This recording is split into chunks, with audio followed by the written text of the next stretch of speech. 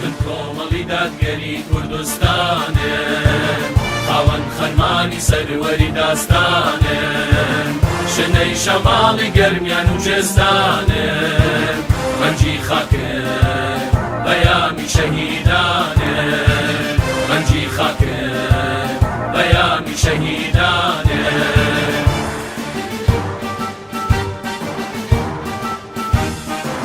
سڵاوتان لێبێ بینەرانی بەڕێز و خۆشەویست لە قەزای خەلیفانین لە ئەنجومەنی خەلیفانی کۆمەڵی دادگەری کوردستان دیارە لێرە بانگەشەی لیستی کۆمەڵی دادگەری کوردستان بەڕێوەچێتن و ئەندامان و کادیرانی ئەنجومەنی خەلیفان کارەکەن بۆ سەرخستنی لیستی کۆمەڵی دادگەری کوردستان ژمارە 285 بەگشتی لە سنووری مەڵبەندی سۆرانی کۆمەڵی دادگەری کوردستان و سەرجەم ئەنجومەنەکان کادیران و بەرپرسان و ئەندامانی کۆمەڵ بە گوڕوتینەوە کارەکەن بۆ سەرخستنی لیستی 285 کۆمەڵی دادگەری ئەیانەوێ لیستی کۆمەڵی دادگەری چەندین کورسی بەدەست بهێنێتن بۆ ئەنجومەنی نوێنەرانی عێراق. ئێمە ئەندامان و کادیرانی کۆمەڵ لەم سنوورە ئەدوێنین لەبارەی بەڕێوەچوونی کارەکانیان و سەرخستنی لیستی کۆمەڵی دادگەری کوردستان لەم ناوچەیە فەرموون بینەرمان بن.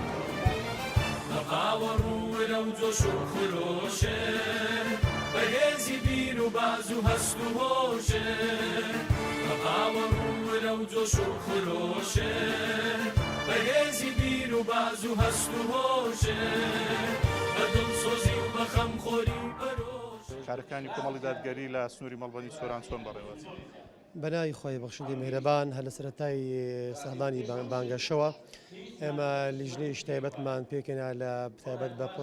بانگەشەی هەڵبژاردن کارەکانی خۆی دابش کردەوە بەسەر ئەنجومەنەکان ئۆرگانەکانی سنووری مەڵبەندە. سوپاس بۆ خۆی گەورە کارەکانی بڵێ بانگەشەی هەڵبژاردن بە شێوەیەکی باش ڕۆیشتووە تیمەکان تا ڕادێشی پێویست کاری خۆیان کردووە بە مەیدانی چونە ناو خەڵک لە ناو جەماوەدانە لە ناو بازاردانە ئەو ئەرکانی کە بێم سپێدرا بوون لە لیژنەی باڵا بۆمان هاتبوون سوپاس بۆ خۆی گەورە بە ڕێک و پێچی ئەدامان کردوون. ئاستا گوڕوتینێکی زۆر لە ئەندامانی کۆمەڵی دادگەری ئەبینین بەگشتی و لە سنووری مەڵبەندی سۆران بە تایبەتی ئەم گوڕوتینە لە چیەوە سەری گرتووە چۆن ئاوا بە گوڕوتین کار؟ طبعاً ئەندامانی کۆمەڵ باوەڕی تەواویان هەیە بە مەسەلەی هەڵبژاردن کە دەزانن پرۆسەیەکی سازازنووسە زۆر گرینگە و ئەندامانی کۆمەڵ ئەم کارەی بانگەشەی هەڵبژاردن وەکو بەشێک لە عیبادەتی ئەگەن بە ئەرشی سەرشانی خۆیان زانیوە بە دڵسۆزن لە کارەکانیاندا بۆیە ئەم شتە وای کردووە کە ئەندامان بە گڕوتینەوە بە شەو نخوونیەوە مادون ناسانە شەو ڕۆژ تیمەکانیان ئیشەکەن کارەکەن لە ڕێی تۆڕە کۆمەڵاتیەکانەوە لە سەردانی مەیدانیەوە بە تەلەفۆنەوە بە هەڵواسینی پۆستەراتی لە کاندیدانەوە لیستەوە سوپاس بۆ خی گەورە شەو ڕۆژ خەریکن بەردەوا من وەلێشی بێتاقەت نابێ گوتم کە دەبینین خەڵکانێککەن لە سەریانی بنەمایەکی پووز شەو ڕۆژ ماندوون شەو نخۆنیەکەن دەبێت ئێمە ئەولاترین ئێمە گڕوتیندا زیاتر بیتن وە شەو نخۆنی زیاتر بکەین چکە و ئەوە بە ئەرکێشی گرنگ ئەیزانین لە کاری ئیسلامیدا و وەکو عیبادەت سەیر ئەەکەین چۆکە سەرخستنی لیستی مسلمانان ئەرکێش سەرشانی مسلمانانە ئەبێت مسلمان هەمیشە گەرم و گوڕ بیت بەتیم بێت نابێت دەستە و سام بێت دەبێت شەو نخۆنی بکات تا ئەو لیستێ سەر ئەکەوێتن. ئێوە کە لە نێو خەڵکدان و سەردانی خەڵکەکەن چاوەڕێیتان لە خەڵکی ناوچەکە بە گشتی وەرەمی کوردستان هەیە و داواکاریستان لە جەماوەری ناڕازی لە هەرێمی کوردستان؟ وەڵاهی من لێرەوە بە خەڵک ئەڵێم بە جەماوەری هەرێمی کوردستان ئەڵێم بەو خەڵکە سۆزە ئەڵێم کە خەمخۆری ئەو دینەن خەمخۆری فەقیر و هەژارن ئەوە لیستی کۆمەڵ لە ئارادایە کە دەنجی پێ بدەن متمانە پێ بدەن لە 30 ساڵی ڕابردوو بۆمان دەرکەوت هەردوو حیزبی علمانی فەشەلەن هینەیە لە ڕووی دیموکراسیەت لە ڕووی ئابووری لە ڕووی دارایی لە ڕووی سیاسی لە ڕووی ئەخلاق لە ڕووی دین لە هەموو ڕوویەک حیزبی علمانی فەشەلی هینەیە خەڵک ئەبێ ئەوزارەت چاوکراوە بێت ئەبێت چاوساغ بێت ئەبێ ڕاستی یعنی بەرپەی خۆی ببینی بەرەوەی هەنگاو بنێت یعنی 33 ساڵە درۆ لەگەڵ خەڵک ئەکەن کاتی ئەوە هاتی خەڵک ینی هەڵوێستی خۆی دەرببڕێت بە جوانی بە ڕاشکاوانە بەبێت ترس و گۆڕانکاری بکات هەرچنە بێ ئەو موچەی ئەو داهاتی کە خوراوە کە هیچ ماڵێک نییە کە قوتی نەدزرابێت کە ژێوی ژین دەستکاری نەکرابێت هەمووش باش ئەزانن کە حکوومەتی هەرێم لە ڕابردوو چۆن مامەڵێگەڵ هاوڵاتیان کردووە حتا لەگەڵ داکێتیم فەقیر کەم دەرامەت حتا دەستکاری پارەی خەسەخانەی هیوایان کرد نەخۆشخانەی هیوایان کرد کە دەستکاری سندوقی خانەنشینیان کرد ئەوانە لە هیچ شتێک ناگەڕێنەوە کاتی ئەو هاتێک کە خەڵک یعنی بەڕاستی لەو خەوە غەفڵەتە ڕاپەڕیت بە خەبەر بێت بە ئاگا بێت هەتاکەی فێڵی لێ بکرێت ئێستا کاتیەوەیە کە خەڵک هەڵوێستی بوێرانەی دەرببڕێت کە دەنگ بە حیزبی سەرڕاز دڵسۆز کە لە هەرێمی کوردستان کە هەنە ئەو کۆمەڵە ئەوە یەگرتووە کە ئەم دوو حیزبانە ڕازگۆ بوون لەگەڵ خەڵکدا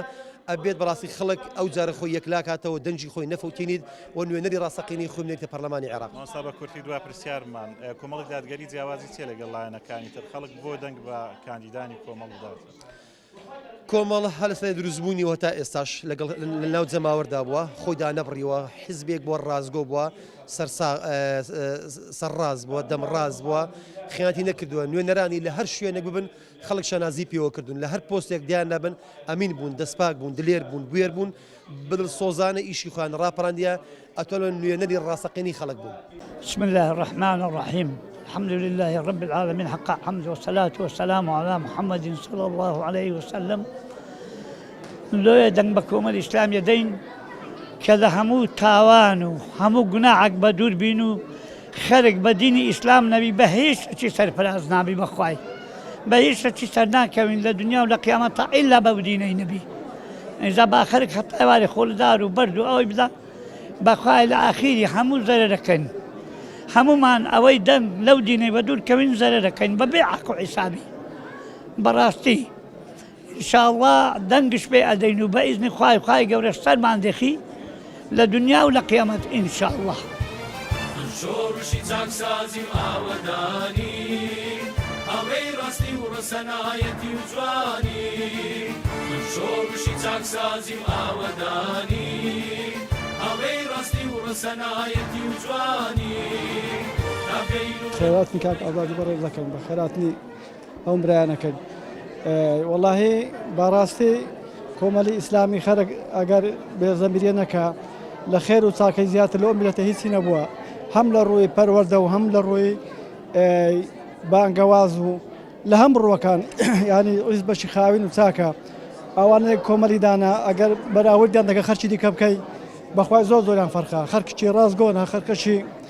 بە ئەمەک و بە وەفانە یعنی سانی بەسە ئەوە چەند هەربژاردن بێن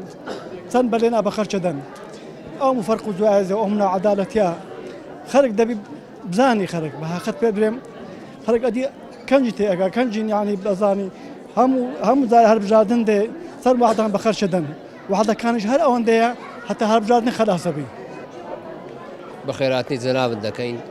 ئێمە کە لە ناو کۆمەڵی دادگەریدا کۆبووینەوە تەماشا ئەکەین سەرکردەیەکی بوێری چاونەترسی نەگۆڕمان هەیە و ئەوانەی لە دەوری کۆبووینەوە هەموویان شایستن بەتوانان خاوەن بیر و باوڕی نەگۆڕن بۆیە شایستەی ئەوەنە کە دەنجیان پێ بدرێ و بگەن بە شوێنی خۆیان و ئەو ئەمانەتیان پێ بسپێدرێ ئەو ئەمانەتە ئەمانەتێکە کە خوا لەسەر شانی ئێمەی دانایە و ئەبێ ئێمەش دەنگ بەو کەسانە بدەن کە شانازی بەو دینەوە ئەکەن. بسم الله الرحمن الرحیم پێشەچی بە خێراتنەوەکەم لۆیێ دەنگ بدەن بە کاندیدانی کۆمەلی ئیسلام کۆمەلی دادگەری ئینسانی خاوینن ئینسانی ڕازگۆنە ئینسانی پاکن ئینسانی بە هەلوێستن دایم دەگە عەقدانە دایم دژینە عەقن دۆستی عەقن خەرک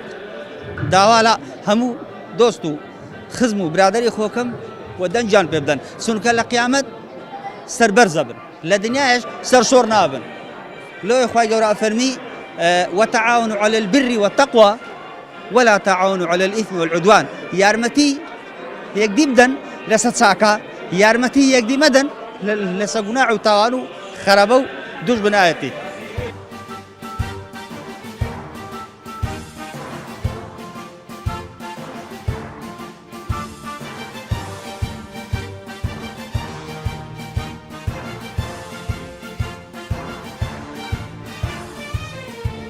تەنها بەنای خوای گەورە بەڕاستی ئەو گڕوتینەی ئەو ئەندامان و ئەو لایەنگران و ئەو هەواداران و ئەو خۆشەویستانی ئێمە بە میوانی ئەچین بۆ ماڵیان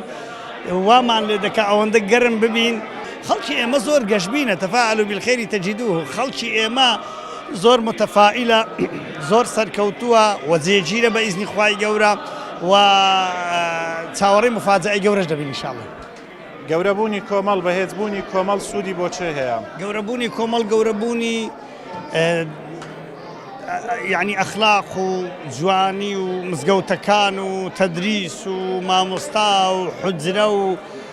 بەهێزبوونی کەرتی تەندروستە بەهێزبوونی عەدالەتە لە کوردستانی بەهێزبوونی سام و هەیبەتی ئیسلامیە لە ڕووی ئەوانەی کە دەیانەوێت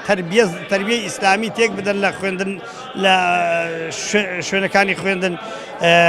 لە مەدرسە و لە قوتابخانە و لە معهەدەکان و لە کولیەکان و لە هەموو شوێنەکانی تر. گەورەبوونی کۆمەڵ و بەهێزبوونی کۆمەڵ بەهێزبوونی دین و ئیمانی خەڵکە بەهێزبوونی ئەمنیەتە بەهێزبوونی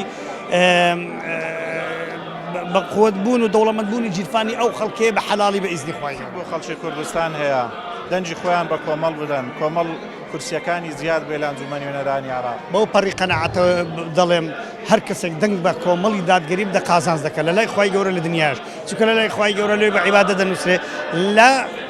لە قیامەت بۆ عیبادە دەنووسێ لە دنیاش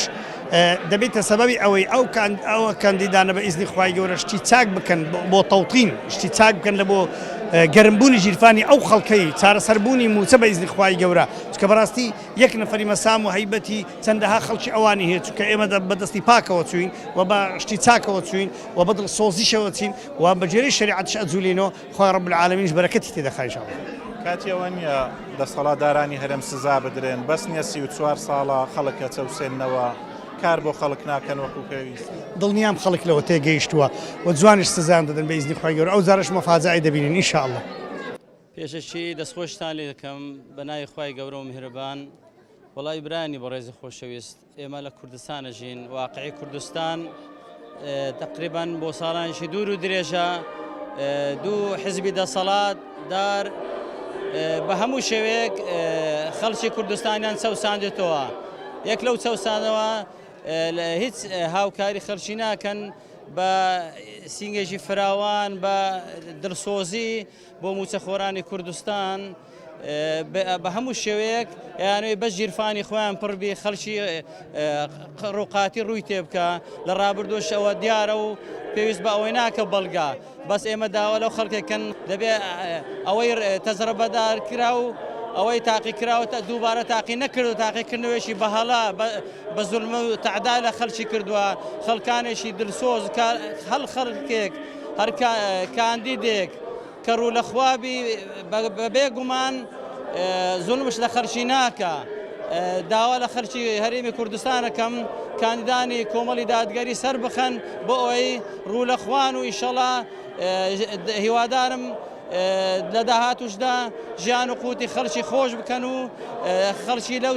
سەرمەساری و دەنگە ساڵیە دەربێنن ژیانێکی خۆش و بەختەوە و کامەرانی فراهم بێن ئینشاءالله. دژی زۆرداری و گەندەڵی دەواستێ پەیمان لەگەڵ خوا میللەتم دەباستێ دژی زۆرداری و گەندەڵی دەواستێ پەیمان لەگەڵ خوا میللەتم دەباستێ هەتا هەموو خەباتم ڕانەواستێ سەر بەخۆی کوردستانە هاتوویتە بانگەشەی لیستی کۆمەڵی دادگەری چی وای لە تۆ کردو بەی لێرە ئامادە لە خۆشە و سانازیان پێواکەم و کۆمەڵی دادگەری چ جیاوازیەکی هەیە لەگەڵ حیزبەکانی تر؟ زۆر جیاوازی هەیە کو جیاوازی نییە جیاوازی هەیە ئینشاءالله سەرکەوتووە بن ئینشاءالله نازیحە بن ئینشاءالله. چەندە دڵت بە کۆمەڵی دادگەری خۆشە داوای چ لە هاوڵاتیان وەلا زۆر زۆر دڵم پێ خۆشە شانەنازی پێواکەم. چ داواکاریت لە هاوڵاتیانە دەنگ بە کاندیدانی کۆمەڵ هاوڵاتیانە دەنگ پێ بدەن دەنگ پێ بدەن ئینشاءالله پێی قورعانە پێ و دینی بدەن ئینشاءالله سەرکەوتووە بن ئینشاءالله نازیحە بن ئینشاءالله خوای گەورە ئینشاءالله دەنگا بە دەستینێنەوە زارە ئینشاءالله سەرکەوتووە بن. ساڵانێک کە خەڵکی هەرێمی کوردستان لە ناخۆشیدان خزمەتگوزاریان پێشکەش ناکرێتن موچیان لە کاتی خۆی پێ نادرێ کاتی ئەوە نییە کە خەڵک دەسەڵاتدارانی هەرێم سزا بداوە دەنگ بە کاندیدانی کۆمەڵ بدا. بەێ وڵای پێویستە دەنجی خۆیان پێ بدەن گەندەڵیە نەمینێ ئەو ناخۆشی و نەعازێتە نەمینێ ئینشاءالله خەڵکەکە هەموو دەگەڕێتەوە دەنجی خۆ بە کۆمەڵ دادگەری دەدا و کۆمەڵ دادگەری زۆر باشە و لۆ فەقیر و هەژار و کەم دەرامەت و هێتی مەکان و هەموو خەڵکەکی زۆر باش تێدا. چیت لە کۆمەڵی دادگەری بینیوە لە هاوکاریکردنی خەڵکی هەژار کەم دەرامەت؟ وڵا زۆرم شتێ دیتێ زۆر باشن ئەو فەقیرانەی ئەو خانی وشتیانە و دروست دەکرێ و ئەو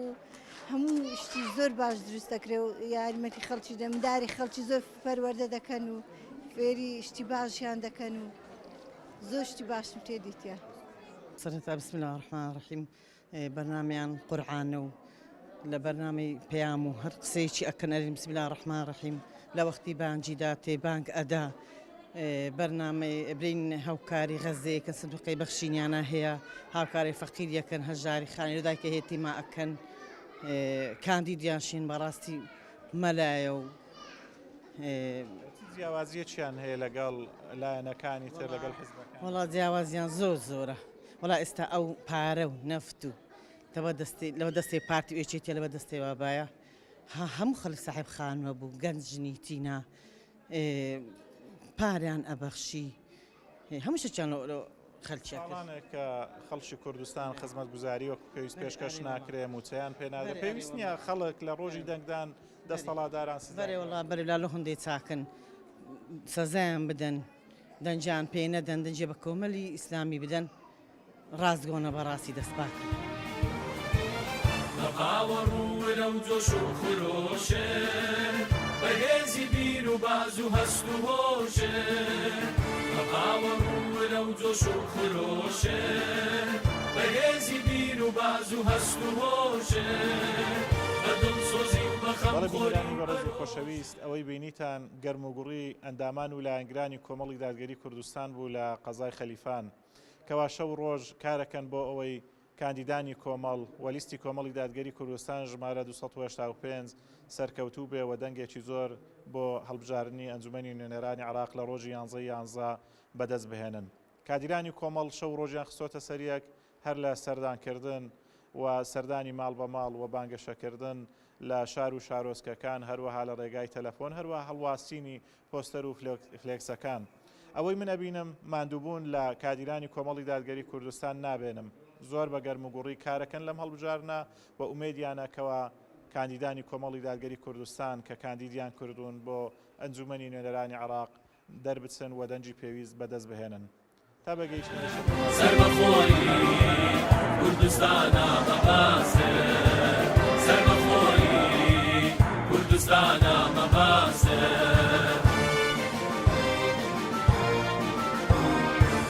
من کۆمەڵی دادگەری کوردستانە خاوەن خەرمانی سەروەری داستانە شنەی شەماڵی گەرمیان و جێستانە ڕەنجی خاکە بەیانی شەهیدانە ڕەنجی خاکە